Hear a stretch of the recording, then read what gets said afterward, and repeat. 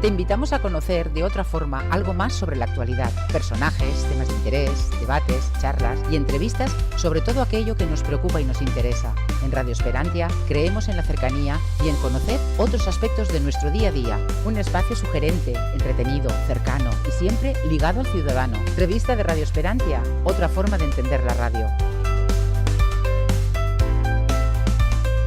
Hola, ¿qué tal? Muy buenas tardes. Bienvenidos a una nueva entrega de la revista de Radio Esperantia. Como comentábamos siempre al principio, es este espacio que mantenemos en radioesperantia.com dedicado a la cultura en su más amplio espectro. Tenemos a escritores, músicos, cineastas, filósofos, luthiers, todos aquellos que tienen algo que contar, pues tienen su puerta abierta aquí en radioesperantia.com. Recibe el cordial saludo de Frank J. Saavedra desde la realización y presentación y seguimos con la literatura. Y en este caso, pues una novela que yo leí la reseña que me mandaron los amigos de Almuzara, me pareció genial y digo, pues nada, a ver si puedo entrevistar al autor.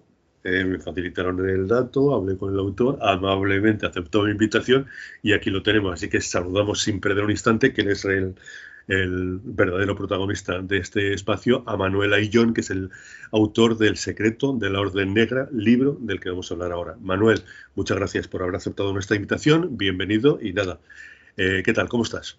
Pues daros las gracias a vosotros por invitarme. Me encuentro perfectamente y contento por esta entrevista y a tu disposición, Fran, para lo que puedas necesitar de mí al respecto de esta novela, que es la última que he publicado. Exactamente, lo comentábamos antes, que tienes varios trabajos, pero nos gusta centrarnos en un trabajo de cada autor, porque luego están escuchando y dicen, pero ¿esto de qué novela era? ¿De aquella que dijo del otro, del cántaro, no de la leyenda, de esto? Y entonces es un follón. Entonces me centro en una novela y si quieres, pues ya, como te he comentado, volveremos a contactar y hablamos de otra de tus De acuerdo. obras. Pero mira, De acuerdo. Vamos al principio. Cuéntanos cómo se te ocurre una idea tan curiosa, porque aquí pues tenemos un poquito de todo, Segunda Guerra Mundial, una orden medio rara, Batalla del Ebro, Batalla de Madrid, Guerra Civil, Francia, o sea, un cúmulo de elementos y también de personajes que confluyen en una novela que a mí, pues por lo que he leído en la reseña, me parece espectacular. Cuéntanos un poco cómo se genera en tu mente el crear esta novela. Esta novela, y es una novela, no es un ensayo histórico, aunque también parte de mi obra publicada tiene ese carácter de ensayo novelado, viene a raíz de las confesiones o el relato de los recuerdos pocos meses antes de su muerte de un pariente de la familia de mi madre que murió en los años 75, se hace ya bastante de todo esto, y que era un viejo militante comunista, había estado cumpliendo condena, había trabajado como preso en el Valle de los Caídos, había formado parte de la dirección del Partido Comunista, en fin, la típica vida de posguerra de un perdedor, ¿no? Sí. Y había mantenido la militancia hasta su muerte y yo iba a visitarle al pueblo toledano donde residía una vez que salió de presidio y me contó una historia que me sorprendió enormemente. La historia de una muchacha del barrio de la zona de La Ventilla, un barrio muy modesto entonces, en la calle Bravo Murillo, en dirección a la Plaza de Castilla. Y me contó una historia muy curiosa que ponía a una muchacha de ese barrio como agente del KGB operando en España. Una historia real. Sí. Y además llena de peripecias. De ahí nace el personaje que vamos a conocer en la novela como María Millán, que por supuesto no se llamaba María Millán, pero sí María. María y Dolores e Isabel, y porque fue utilizando nombres falsos o tal vez no tan falsos, conforme cambiaba de personalidad y naturaleza en función de su trabajo en el espionaje soviético. Lo que me llamó la atención del relato es que una muchacha de La Ventilla alcanzara un rango de oficial ejecutivo en la KGB en los años 45, 46, 47. Sí, sí, sí, sí. porque muy pocas españolas han tenido rango principal en tal organización, fundamentalmente dos. La madre de Ramón Mercader, Caridad Mercader, era coronel del KGB, aunque no ejercía. Su Sí. condición era por ser madre del asesino de Trotsky. Y la otra, una verdadera agente, África de las Heras, una comunista española exiliada y que fue profesora en la Academia Frunze de Moscú y que está enterrada en el cementerio principal de Moscú con una tumba importante, con la orden de Lenin, la condición de heroína de la Unión Soviética y su nombre de guerra, Camarada Patria. Entonces ya tenía dos documentadas y una tercera por documentar. Esa historia la fui reconstruyendo con viejos compañeros de ese pariente mío que habían conocido la guerra civil y ahí ya tenía una línea del relato. Sí, sí, sí. Pasan los años, yo he sido profesor de urbanismo en escuelas de arquitectura y también me he educado en el Consejo Superior de Investigaciones Científicas y me ha dado siempre por la investigación.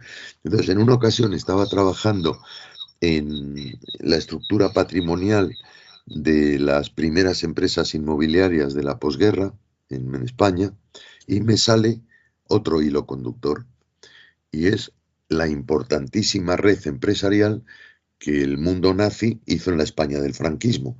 Desde el 39 al 45, la estructura económica de los nazis en España es muy potente. En los negocios de minería, en el comercio exterior, en el mercado del tungsteno, del wolframio, en la importación-exportación, en el tránsito de obras de arte a través de empresas de transporte, y me llamó la atención.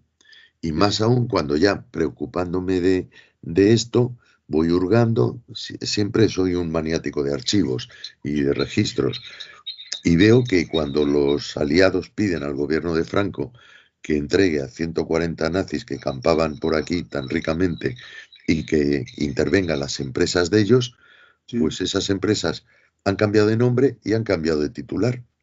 Y ahora hay testaferros españoles al frente y toda la estructura financiera se salva poniéndose a nombre de gente peculiar y razonable.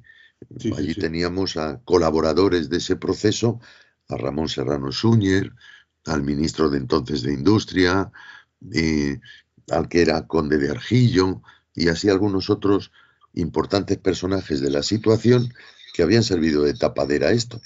Sí, Coño. sí, bastante curioso, desde luego. Sí, Una también historia. viene relatado en la novela para el que quiera entrar en detalle. Ya Pues, tenía dos hilos. Luego había un tercer hilo.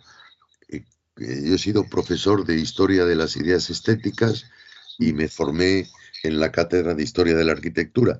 Y entonces repasando otro tiempo después, porque yo mientras estaba escribiendo otras cosas, la biografía del arquitecto nazi Albert Speer, pues yo le atribuía a este, en mi ignorancia, pues toda la arquitectura del Reich. No, no es así. Lo que hace es toda la arquitectura ceremonial, la arquitectura pública, la arquitectura de representación ideológica del Reich. Incluso proyectos ideales que no se construyeron, como la Nueva Germania. Pero me apareció en los papelillos un personaje peculiar, con un perfil extraño por demás.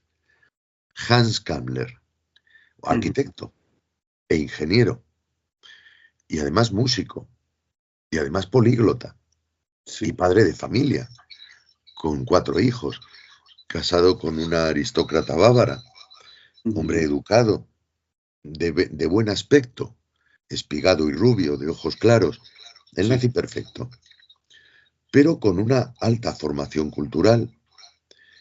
Y resulta que va rastreando y este personaje entra como funcionario del Ayuntamiento de Berlín, se da cuenta que si no eres del partido te va a ir peor, se mete en el partido nazi, luego se afilia a las SS, pero es un tipo raro porque no es un tipo de campo, no es un tipo de uniformes, simplemente es un excelente técnico con una gran capacidad de organización. Y claro, ¿cuál es su trabajo en la SS? Dirigir la oficina C de la sección económica y diseñar unos edificios de poco fuste, de poca importancia, los campos de concentración y los hornos de incineramiento. Es decir, es el arquitecto del terror. Pero es un tipo que monta a caballo, cena en casa con su mujer, cuida de unos niños rubitos, toca el violín, no dice una palabra más alta que otra y apenas viste el uniforme. Pero es el arquitecto de los campos. Sí, ¿qué te iba a decir? ¿Te costó mucho, aparte de la documentación, si quieres incluirla también, escribir el libro en tiempo, meses, años incluso? 2 años y medio, 3 años. Y luego, por la dificultad de la documentación. Ya, por eso insistía en ese tema. ¿Y tuviste claro desde el principio cuál iba a ser el comienzo, después el final, y digamos el andamiaje del libro, o fuiste improvisando sobre la marcha? No. Bueno. Tenía claro que el libro nacía, que no terminó así, como un homenaje a la figura de María Millán, una resistente española que termina en una aventura episódica como si fuera una James Bond antes de tiempo, mujer y espiando en España. Esa era la primera intención. Pero luego me salen otros hilos conductores, los testaferros de los nazis, el general Kammler, la capacidad técnica del Pollo, su condición de teniente general número 2 de la SS, adscrito a los programas milagrosos que llamaban ellos, y todo eso ya van siendo más hilos para el relato, hasta que aparece lo que hoy da nombre a la novela y que es lo último en aparecer, La campana, que es la obra cumbre de la tecnología secreta y de la esoteria irracional del mundo nazi. Es decir, es curioso que un objeto concentre la mayor de las sinrazones y la mayor de las leyendas sin sentido, a la vez que la mayor depuración tecnológica y científica del aparato nazi. Claro, sí. Y en todo, perdón, y ya concluyo. Y en todo esto me faltaba una argamasa que era la turbia, difícil y en modo alguno ejemplar posición de la Iglesia Católica en todo este carajal. La ruta de las ratas, que es el escape de los nazis. Entonces al final la novela se convierte en otra cosa, en resolver 2 misterios. ¿Dónde huyó Hans Kammler? ¿Y qué pasó con María Millán? Y eso ya lo dejo al lector. Exactamente, que ya pues vaya leyendo, profundizando y llegando a esa respuesta. ¿Qué te iba a preguntar? Durante la investigación, todo el periodo que estuviste buscando documentación, investigando y conociendo un poquito más en profundidad todo lo que nos acabas de comentar, ¿ha habido algo que te sorprendiera realmente, que dijera, pues fíjate, estoy aquí, esto no me lo esperaba? Manuel, ¿has llegado a algún punto que dices, esto es una pasada? Sí, no me esperaba voy a intentar usar la palabra sin errar, la terrible y repugnante implicación de la Iglesia Católica en el blanqueamiento del aparato nazi en toda Europa. Y 2, me sorprendió muchísimo encontrar la documentación que acreditaba que el gobierno norteamericano ya había cerrado acuerdo con los nazis 5 meses antes del final de la guerra, porque ambos dos convenían que el verdadero enemigo no eran los americanos para los alemanes ni los alemanes para los americanos, para todos el comunismo ruso. Y eso lleva a una negociación debajo de la mesa en donde el artífice del acuerdo es el Servicio Secreto Vaticano, que entonces ya existía como carácter autónomo, lo que se llamaba Prodeo, a las órdenes de un arzobispo austriaco que se llamaba Alois Hasler y de un dominico belga, Félix Morlion. Y todo eso gestionado desde la embajada alemana en Lisboa, con la complicidad del nuncio, y siendo el embajador alemán el hermano de Werner von Braun, es decir, el número 2 de Hans Kammler en el servicio de armas especiales, la V1 y la V2. Esto me dejó bastante sorprendido. Sí. Y una pregunta que le hago a todos los que transitan la novela histórica. A mí me ha ocurrido, yo Como bien te comenté, Manuel, yo soy guionista también y profundizo en el mundo de la historia. Entonces, como en este caso no es novela histórica, aunque sería serie histórica, pero bueno, he tenido algún encontronazo, digamos, con historiadores que son bastante celosos de su trabajo y dicen, pues mira, esto no lo tenías que haber incluido por tal, tal, tal. Le digo, pero hombre, es que esto ha existido, es una leyenda y merece la pena pues nombrar la leyenda siempre y cuando pues sepa los lectores, los telespectadores que es una leyenda, que no es real. Y eso pues lo explico y además lo recalco en todas las escenas. En tu caso, ¿has tenido algún, no sé, encontronazo con historiadores o qué tal? Sí, Mira, esto sí, esto bueno, no. Tal. más Cuéntanos. que más que con historiadores, con la propia editorial que me publica. Y decían, pero esto es verdad. Y yo respondía, soy andaluz de origen, por lo tanto respondo mal a la gallega. Digo, ¿tú estás seguro que esto es mentira? A ver, lo voy a resumir. Lo que yo he escrito, no sé si es verdad, porque no lo sé ni yo, pero es posible. Y lo que tengo claro es que nada de lo que he dicho es contrario a la verdad. Quiero decir, Kammler desapareció del circuito en el año 46. Sí. Yo doy una opción, pero nadie me ha desmontado esa opción. María Millán desaparece del circuito en el mismo año y yo doy una opción.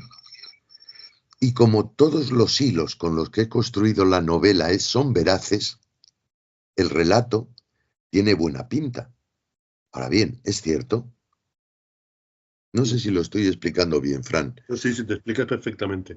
Pero claro, fíjate, nadie me había comentado eso. Todo encontronazos o alguna, bueno, diferencia de pareceres, como mucho, con historiadores, pero que la editorial haya, lógicamente, Sí, si porque un libro, tú lo sabes bien, sí, no es lo mismo vender un relato de verdad. O sea, he descubierto que la campana se fabricó en tal sitio y se perdió en tal otro. Y lo aseguro porque aquí tengo el papel. Sí. A decir, creo que la campana se fabricó en tal sitio y desapareció en tal otro, porque tengo estos indicios que así me lo indican. Esa es la diferencia. Desde luego, pues fíjate, me parece bastante curioso porque nadie me había, no sé, me había comentado que las diferencias en novela histórica pues fueran precisamente con la editorial. ¿Y qué te iba a No, decir? pero no ha sido, vamos a ver, no ha sido nada tenso porque han publicado, pero sí que recuerdo las primeras conversaciones con ellos pero esto lo puedes demostrar. Sí. Decía, que no. Puedo demostrar, casi te lo voy a dictar, ¿no? Puedo demostrar hasta que empieza la acción. En todo el relato expositivo de las tramas, todo es veraz y probado. Pero cuando los personajes desaparecen de la historia, y no por muerte, sino por ilusión, comienza la fantasía. Ya. Y si es razonable el constructum de ese relato posible, todo puede ser verdad. Exactamente, sí. Y lo de los personajes ficticios, ¿cómo lo fuiste integrando en la verdadera historia que tú fuiste descubriendo poquito a poco con tu investigación? No hay personajes ficticios, Fran. Todos los personajes que salen. Prefiero cambiar los nombres, cambiar todo eso. Hombre, sí, he cambiado. No, perdona. Todo personaje del que hay referencia histórica sale con su nombre histórico. Okay. Es decir, Heinrich Himmler es Himmler. Ramón Serrano Suñer es Ramón Serrano Suñer. El general Franco es el general Franco. Y el abad de Montserrat es el abad de Montserrat. Pero me refiero María a los Millán, nombres que has tenido que cambiar de las... No, pero por indicación de la... Perdón, no te he oído, disculpa. Disculpa, Fran, no te he oído esto último. Que simplemente has cambiado el nombre, ¿no? Pero a personajes secundarios, o sea... Vale, ok, perfecto, sí. Personajes que no... Es decir, la novia de María Millán no es relevante, pero es muy atractiva como personaje narrativo. Pues ¿a qué más le da el autor si se llama Paquita o Lucía? Porque no es un personaje histórico, es su novia. En ese Es caso, decir, tienes toda ¿qué la más razón. le da al lector que el falsificador de pasaportes que trabajaba en la calle Barquillo de Madrid, que yo sé quién es, Mm, se llamara de una manera o de otra? El caso es que falsificara pasaportes. sí. Es decir, yo he mantenido los nombres de todos aquellos personajes que son conocidos por el común de la historia. Mm, Y a los personajes secundarios de atrecho, pues algunos les mantengo el nombre porque ya han muerto y no voy a dar testimonio a la familia, y sí. otros pues les he cambiado por proximidad en el tiempo, vamos. Empezando por la protagonista, María Millán, no se llamaba María Millán. Yo sé cómo se llama y tiene familia. Sí, sí, sí, sí. ¿Has hablado con los familiares, ahora que comentas el tema, para que te dieran información, te ampliaran lo que tú ya habías Sí, investigado? en ¿Y cómo la se lo han tomado? novela, ¿Cómo se lo han tomado también? no, te digo, todos bien, porque en la novela se explica cómo voy tomando. Es que la novela es también un reportaje de sí mismo. Es decir, la novela va contando cómo construyo los personajes y cómo los meto en pista. Por lo tanto, la historia de María Millán me viene de un familiar mío y le pregunto la proximidad, que incluso es familiar también con ella, y me dicen que pa'lante en virtud del recuerdo de su historia. Eh, la, la, la relación de nazis alemanes, pues comprenderás que no es...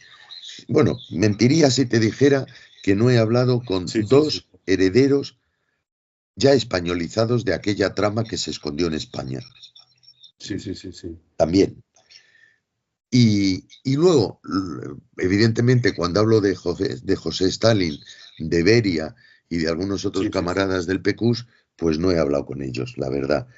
Primero porque se han muerto y segundo porque yo no hablo ruso. Ya, ya, ya. Pero sí he leído sobre ellos. Es decir, vuelvo a la idea de antes, Fran. Mm, Es muy difícil demostrarme alguna mentira en mi relato. Es muy difícil. Cuando digo que José Stalin era del Spartak y no era del Dinamo de Moscú, lo sí, digo con fundamento, como diría Arguiñano, sí, sí, sí. Ujú. que- porque me he documentado. Ya, ya, ya. Pues fíjate. Ahora, ¿la historia que he narrado es real? No. Ujú. ¿Es irreal? No. Es posible. ¿Y qué te iba a decir? A la hora de escribir, que siempre comentamos el entorno de trabajo de los escritores, ¿tú tienes alguna preferencia en cuanto a Sí, despacho, en cuanto a música, sí, día-noche? Cuéntanos sí. un poquito cuál es el entorno que Mira, eliges. yo trabajo en un despacho que tengo aquí en mi casa, Mm, que es un espacio, es una habitación con salida a una terraza que tendrá 3,5 por 5, sí, en que en 3 de sus 4 paredes están las estanterías de libros de abajo arriba, sí, y en la última, que está libre, están los cuadros de mayor gusto de mi colección, porque soy mm, coleccionista de arte desde hace 50 años. sí, sí, sí. Ahí vivo encerrado, escucho música permanentemente, lo que pasa es que tengo unos gustos musicales bastante simples, solo me interesa la música barroca y el blues, y si me Ok, sacas de ahí, pues ya me has liado. O sea, ya, el romanticismo no lo pillo, el neoclásico me parece demasiado complejo y me quedo en el barroco. Y sí, creo que nadie ha escrito mejor el- la pasión de los hombres que John Lee Hooker, ¿no? De hecho, mm, cuando tuve perro, se llamaba Hooker porque era la mejor persona que yo había conocido, el perro y el músico. sí, sí, sí, sí. Escribo permanentemente con música, escribo en ordenador Mm, directamente, aunque muy mal, y tomo notas por la calle cuando se me ocurre algo en una libreta de esas de Moleskine o como se llame, y sí, apunto chuminadas que luego cuando vengo a casa paso a limpio. Escribo con rigurosidad espartana, todos los días 4 horas y mínimo 5 cuartillas, 5 folios, y si no, no he escrito. Si al día siguiente no me vale, lo tiro, pero lo vuelvo a hacer. Si no escribes todos los días, escribir es un oficio, sí, sí, pues sí. es como ser descargador de muelle o ingeniero de caminos. Si no estás todo el día en ello, pierdes la habilidad. Y yo escribo así desde hace 20 años diariamente. He Mm, publicado 10 novelas, 6 ensayos, pero escribo como profesión vital. No gano un duro con esto, estoy jubilado y vivo de eso que te llaman la jubilación, y escribo por placer y para no morirme de ansiedad por la falta de docencia. Ya no doy clase, de no la hago actividad, edificios, de la actividad. esas cosas que les pasan que nos pasan a los viejos. Ya.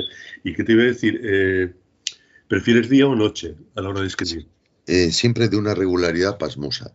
La mañana la ocupo parcialmente en ir a archivos y a documentarme, porque eso es trabajo de calle, como yo digo.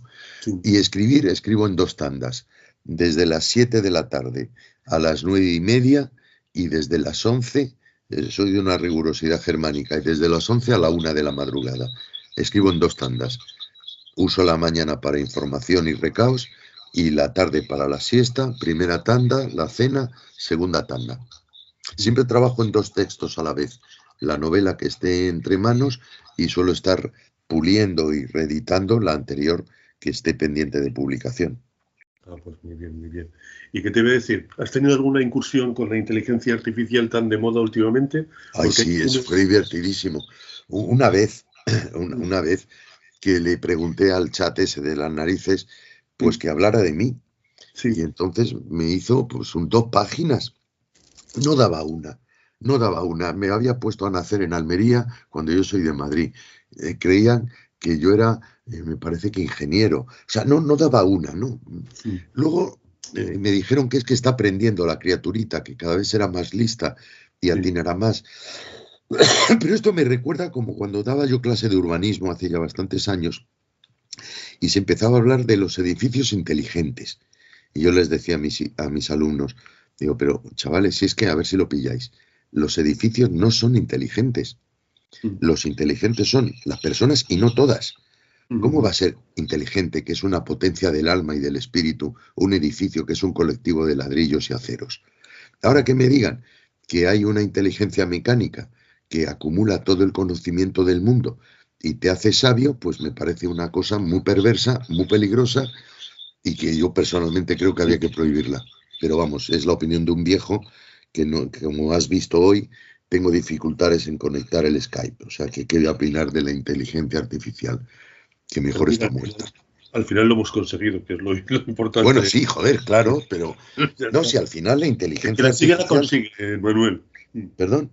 El que la sigue la consigue. Sí, pero a mí esto de la cosa de la electrónica moderna, esta me da muchísimo miedo. No sé, esto puede terminar mal, pero claro, todos los viejos decimos que la situación en la que cerramos nuestro ciclo de vida es perversa y puede terminar mal, y esto lo hemos dicho toda la historia, pero ahora hay muchas señales de que puede terminar mal, o peor que otras veces.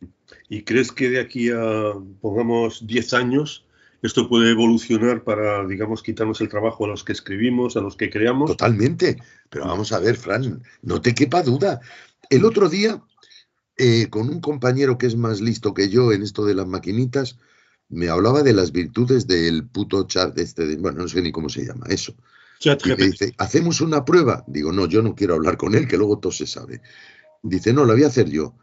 Y dime lo que quieres que te ponga. Digo, escríbeme el borrador en 4 páginas de una novela de una espía rusa que opera en Madrid persiguiendo nazis. A ver qué hace. Oye, que casi lo clava, Fran, que casi lo clava. No tenía información de detalle, no tenía labor de investigación, pero acababa de construir una carpintería narrativa que un escritor en condiciones la desarrolla perfectamente. Esto acaba con nosotros.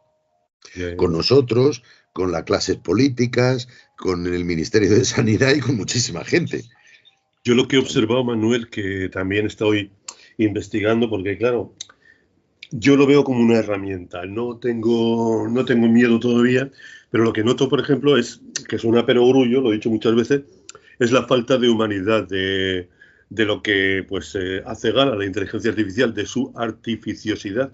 Entonces es artificial y no puede ser humano. Los sentimientos los lleva bastante mal. Claro. A la hora de relacionar personajes, lo que comentas en una sinopsis de una novela, de un relato, de una serie, lo hace perfecto. Pero intenta pues entrar en el segundo capítulo o en el meollo ya de las relaciones entre personajes, relaciones sentimentales, relaciones... Claro, eso no sabe.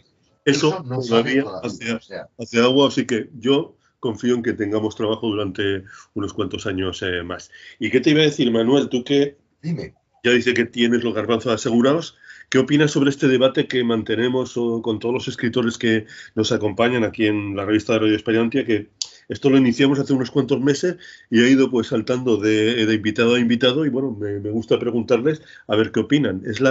Si se nota la intensidad de un escritor a la hora de escribir, sí, depende de la literatura para vivir, esto es muy complicado, por eso añado completar sus ingresos, o que tiene ya prácticamente los garbazos asegurados y escribe por placer, no tiene esa presión Sí.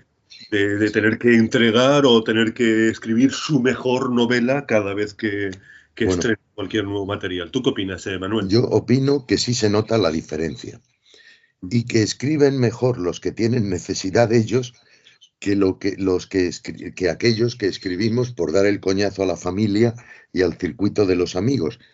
Es decir, yo he tenido dos épocas como escritor. Durante unos años, 3, y por perversión de bajar al inframundo, fui escritor en la sombra, o sea, negro de un conocido escritor. Sí. Y lo pasaba pirata. Porque era sota, caballo, rey, termine las lentejas y dame el artículo para mañana a las 8.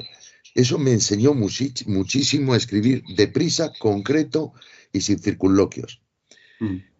Luego, como siempre he simultaneado la profesión con la arquitectura, pues me he dado cuenta que cuando estaba en el ejercicio de la profesión de arquitecto y de la docencia, pues yo entendía que la literatura era algo complementario y tenía una tendencia al desbarre bastante notable, porque aquella cota artística a la que podía no llegar con la arquitectura pretendía llegar con las palabras.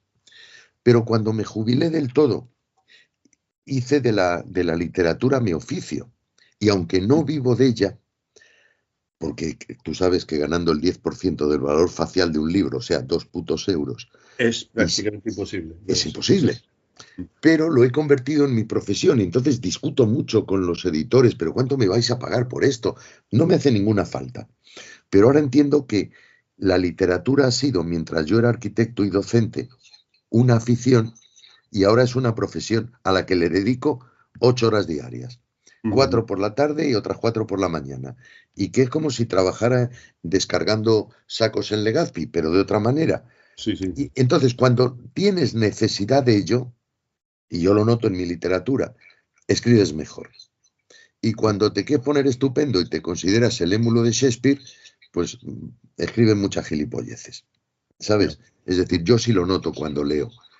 Cuando leo una novela de alguien que lo escribe para ganarse el duro, vamos a ver, es muy común que personas celebradas, cuando ya son ricos y esas cosas, y son bueno, los libros de memorias de los políticos, la cantidad de gilipolleces que pueden decir, ese refrán de serás mayor cuando plantes un árbol, tengas un hijo y escribas un libro. Bueno, pues ¿por qué no plantas 2 árboles o tienes 2 hijos? Pero no escribas el libro, que lo único que haces es joder.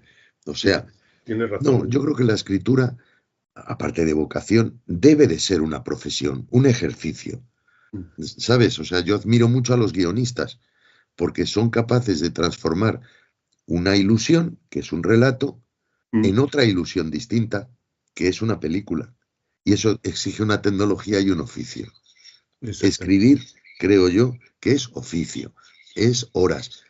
Mira, cuando Zola no pudo escribir todo lo que firmó y se le murió el negro. Sí. Y entonces la viuda del negro se fue a ver a don Emilio, mire don Emilio, que se ha muerto mi marido, pero no se preocupe, aquí estoy yo. Y le pregunta, pero entonces usted le escribía a su marido. Dice, no, a mi marido y a mí nos escriben 4. Qué pasado. Claro, sí. Claro, es decir, y estamos hablando de un gran escritor. Sí. Y luego, pues hay muchos soplavainas que intenta escribir el Quijote 50 años después después de haber cerrado la notaría, por ejemplo. Eso no está bien, porque eres notario. La profesión, la literatura es un oficio, con sufrimiento, con malestar, con ilusiones. Ya, yo tengo 70 años y ahora estoy ilusionadísimo con esta novela porque no es que sea buena ni sea mala, pero es que me la ha currado como si fuera un aprendiz. Sí. Y además tu hijo, digamos, tu vástago.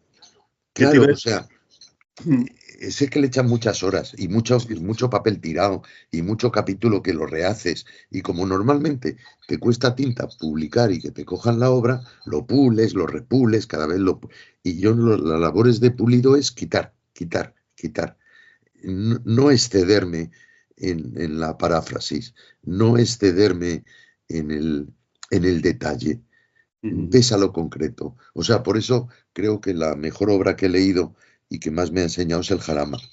No se puede decir más con menos palabras.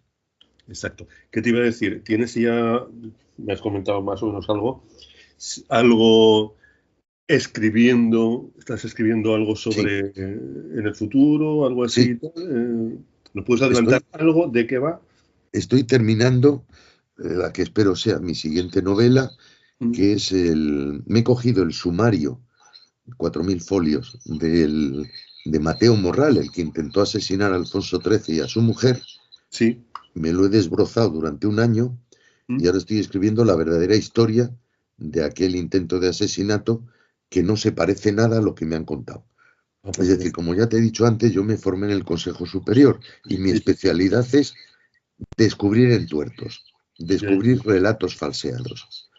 Entonces, Mateo Morral es una historia terrible de simulación, de engaños, y que el pobre se ha comido un marrón que no es suyo. Pues ¿Que intentó matar al rey? Sí, pero que no lo mató también. Y que luego le mataron a él para que no hablara. Y solo te doy un detalle. Si le hacen una autopsia a las 10 de la noche del día que muere, y en esa autopsia los calzoncillos son a rayas, y a la mañana siguiente le hacen otra autopsia en otro hospital y los calzoncillos son a cuadros, ¿a que no cuadra? Pues no. Pues eso, pues así todo el sumario. Ya, ¿qué te iba a decir? Tú que tienes un montón de novelas históricas y además, bueno, tienes un montón de trabajos que cuando lo he visto, pues digo, aquí pues podríamos estar horas y horas, pero a mí me gusta, como he dicho al principio, hablar exclusivamente de un libro. Y lo que te digo, Manuel, si te parece, volvemos a contactar en un par de meses y elegimos otra obra y hablamos sobre ella. Me sorprende mucho. Yo, Fernando de Aragón, el Fernando el Católico. Sorprendente historia. Sí, sorprendente historia. Insisto, yo me he dedicado en mi novelística a desvelar misterios. La gente, Fernando y Isabel, la lista era Isabel y el tonto era Fernando. Que va, en mentira. Isabel era más mala que un dolor y Fernando el tío más listo del siglo en toda Europa. Y a partir de ahí, la construcción de una historia. Y su segundo matrimonio, y qué pasó con su hijo recién nacido muerto, o sea, muerto recién nacido, don Juan de Aragón y Foix, que todo el futuro de España pasó por la muerte de ese niño mientras le bautizaba el cardenal Cisneros. Es un libro apasionante. Es el único libro mío que ha sido bestseller. De eso debe de vender mucho.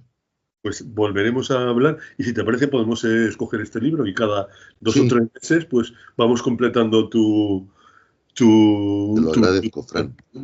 Tienes un montón de cosas. A mí ya ves, me encanta hablar, me encanta preguntar cosas. Yo soy muy observador, muy curioso y me encanta todo esto. ¿Y qué te voy a decir? La última pregunta ya, para no hacer perder, bueno, quitarte demasiado tiempo, porque no estamos perdiendo tiempo. Los jubilados no tenemos reloj. Ya. Nunca perdemos el tiempo. Nosotros tenemos una ventaja que no tenía ni Shakespeare, ni Cervantes, ni Lope de Vega, ni Calderón, que era que podemos interactuar con nuestros oyentes, escritores, cineastas, pues pueden, a través de un email o las redes sociales, pues pueden interactuar, que lo ves continuamente.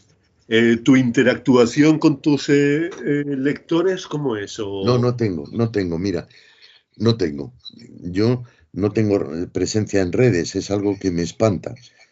¿Pero por alguna razón especial, Manuel? ¿Por alguna razón especial?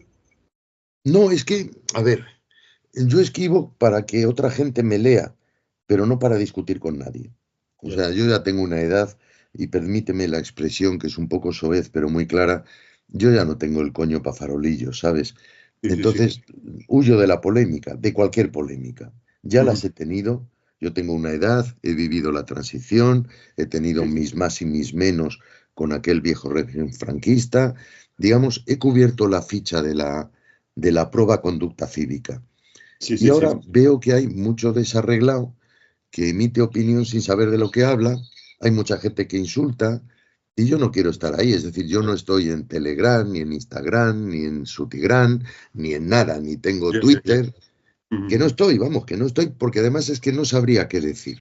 Ahí está, Y, pues nada, sin y problema. como dicen por ahí, si es que, voy a decir una ordinariez, o sea, dice, ¿usted qué prefiere? ¿Relaciones sexuales o matarse a pajas? Y dice, pues mire usted, si se trata de conocer gente, pues nada mejor que las relaciones sexuales, pero el gusto que se da a uno mismo no lo coincide, no lo contempla nadie, ¿no?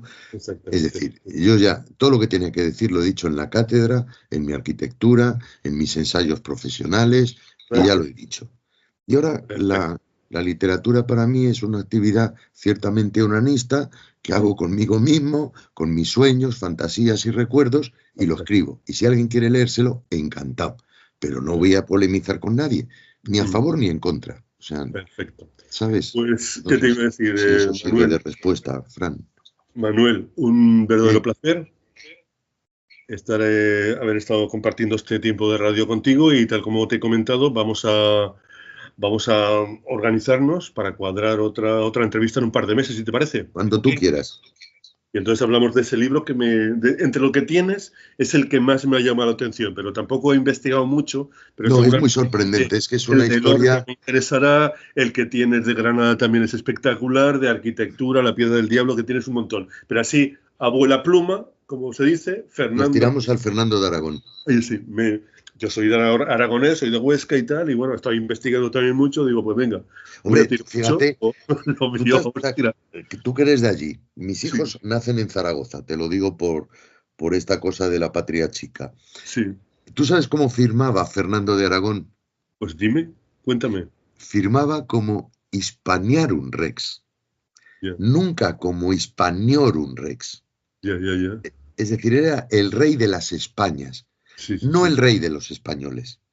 Es Ok. el primer federalista de la historia. Sí, sí, sí, pues fíjate, bastante curioso. Pues lo dicho, Manuel, volvemos a contactar en un par de meses, que me interesa mucho que nos hables de este libro y seguro que vamos a estar charlando y voy a aprender un montón. Y nuestros oyentes también. ¿Sabes Manuel, que siempre que se recuerda un libro, aprende el que lo narra y el que lo escucha? por Porque supuesto, yo mismo al narrar redescubro aspectos del relato que se me habían pasado. no me cabe ninguna duda. Pues lo dicho, Manuel, muchas gracias por aceptar nuestra invitación y por pasar este rato tan agradable aquí con nosotros en Radio Esperantia y volvemos a contactar contigo. ¿De acuerdo, Cuando tú Manuel? quieras, Fran, muchas gracias a ti y un abrazo muy grande. Pues nosotros despedimos al amigo Manuel Aillón, que ha escrito un libro fantástico que, bueno, te recomendamos y que tienes todo, porque siempre me preguntan, bueno, pero ¿y cómo lo...? Pues mira, tienes todos los enlaces a Manuel, a su biografía, todos los libros que ha escrito, el libro concreto con el que hemos estado hablando, El secreto de la Orden Negra, que publica la editorial Alfaguara, no, la Almuzara. editorial Almuzara, perdona, sí. Lo tengo, fíjate, lo tengo aquí delante, Almuzara. Y nada, todos los enlaces lo tienes aquí y no tiene ninguna pérdida. Puedes ya escuchar el podcast, los audios, las formas de contacto y la programación general que la tienes en radioesperantia.com. Recibe el cordial saludo de Franco Saavedra desde la realización y presentación y sin más, como te digo siempre, a ser moderadamente felices y muchas gracias. Radio Esperantia, otra forma de entender la radio.